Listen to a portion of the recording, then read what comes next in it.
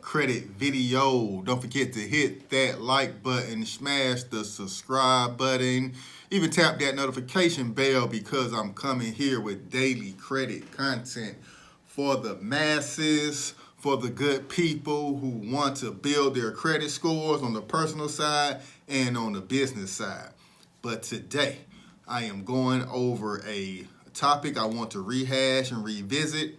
I did it earlier in my YouTube journey, but I'm back with more information.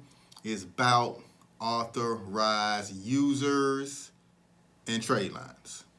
So authorized users and trade lines are pretty much the same thing. If you pay somebody for a trade line and they add you as an authorized user on that card, it's the same thing as a friend or a family member adding you as an authorized user to their credit card, because you get all the benefits and some of the negatives if you're added to that card. But hopefully, if you are added to a card, you're added to a good card that has good payment history and it has a high balance and age. Those are the three things you need to look for: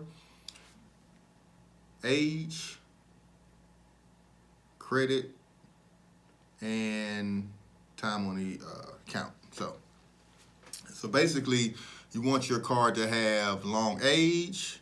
You want your card to have low credit usage. So if the limit is like $20,000, you don't want over $2,000 to be spent on it. So those things you want to look for when looking for trade lines or authorized user cards.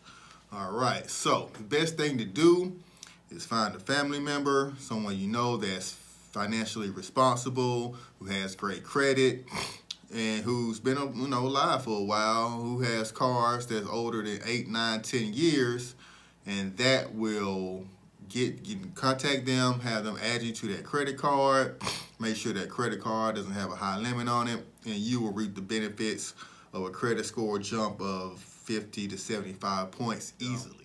Different cards bring different value. Barclays, American Express, Chase credit cards bring a better value, bring a better appeal. So for instance, say you buy a trade line for $400, somebody adds you to an American Express card.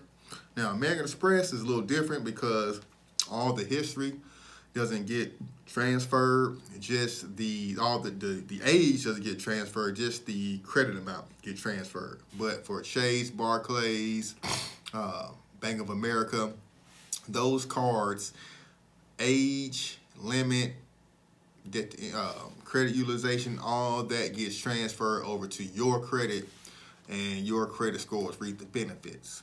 So those great cards, those are the ones you want to look for when you're buying trade lines, or if you know a friend or a relative that has those cards, those are the ones you want to get added to.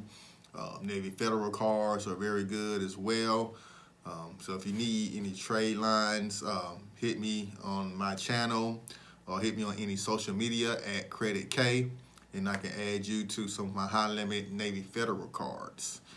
All right, so another great thing about having authorized user is that if you are the person that's adding another person to that card, so you're the card holder, for instance, then you do not have to actually give that person a card.